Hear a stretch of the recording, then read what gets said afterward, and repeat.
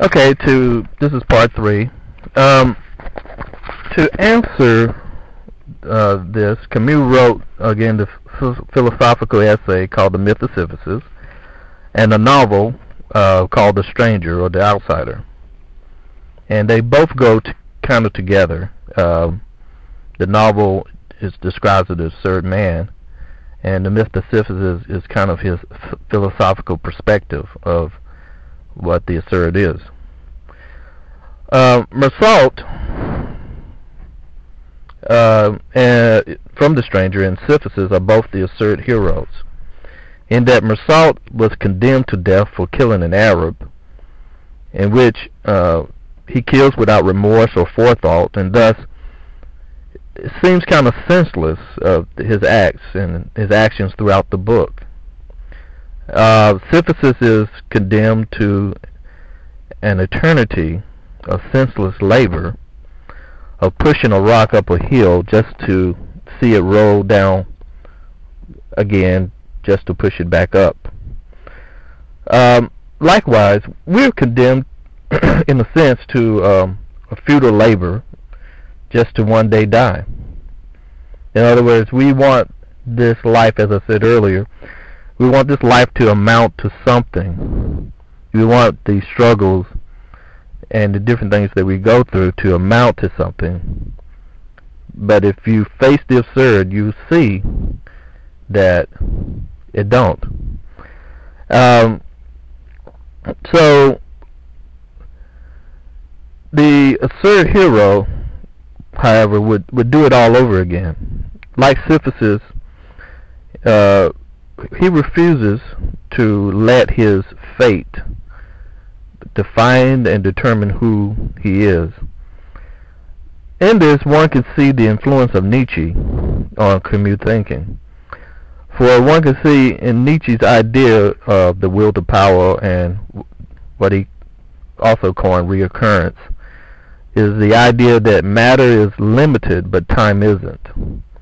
And therefore you could potentially live the same existence over and over again.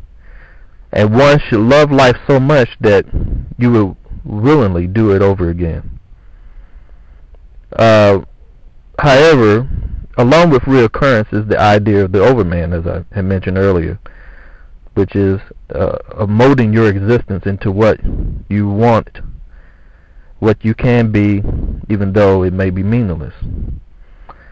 In other words, as I have thought for a long time, life is its own point. You cannot improve or transcend it. You can only add to what you have.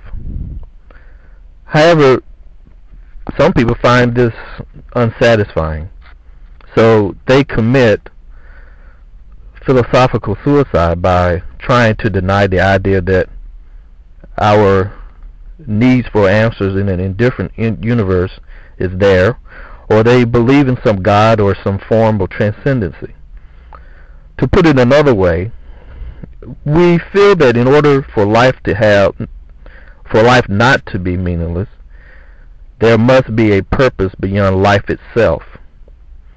Yet, if one asks what is the point or purpose of whatever is beyond life itself, that is, what is the point of heaven, hell, reincarnation, resurrection, or judgment, would it really be a point or a purpose? Why this life, if this life is a point to a life somewhere else? Or what is the point of God creating anything if he's omnipotent, omniscient, and omnipresent? What pleasure would he get if he already knew everything that we would fail or accomplish? In other words, this is why I don't believe in free will. Why free will and a God is incompatible? Because how can you have free will when there's an omniscient being? As Spinoza concluded, doesn't the idea of creation diminishes an omnipotent, omniscient, and omnipresent creator by implying that he created something? Because when he creates something, that implies that he lacks something. So if there's a point, maybe that I would say the point is that there isn't a point beyond life itself, and that we shouldn't take whatever beyond life itself too seriously, but yet we do. And this is the confrontation. It's the confrontation of my rational mind trying to comprehend an irrational and a different universe. Thus, Camus' suggestion is to confront this confrontation by accepting the certainty that you have, which is the life that you live. He also tries to show why a leap of faith and suicide is not an option.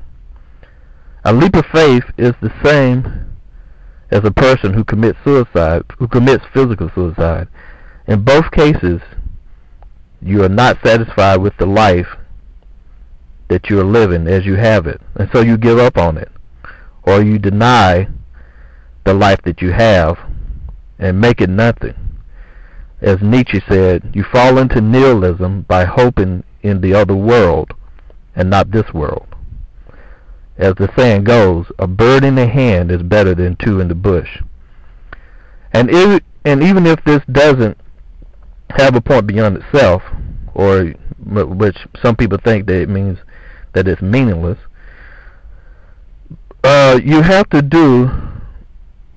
know that you did the best with the certainty that you knew you had, that you lived the life that you have to the fullest, and gave that which you knew for certain your best.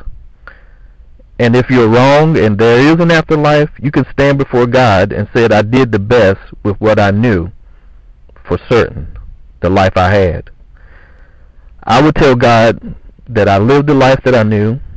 I did not waste my time worrying about a life I did not know existed.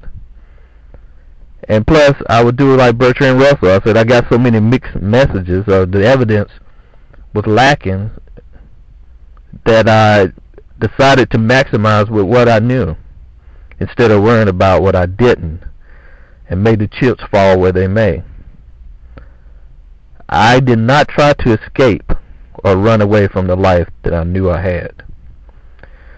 The absurdist thus asks and answers the questions: can a man live his life happily as Sisyphus is imagined, even though he concludes beyond life itself it may be meaningless? I will answer yes, because to do so or to do otherwise is either mental or physical suicide, and thus you become useless to this life. Think about it. This is Lee, aka Black Socrates, and I'm out. Peace.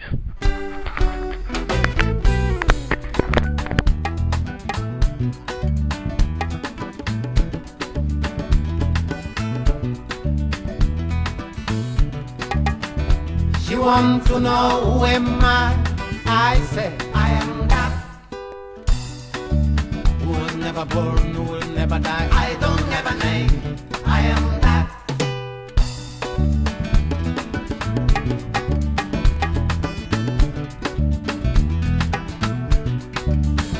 She wants to know where I'm from. I say I'm from universe. My body's from here. I'm just visiting. I am that.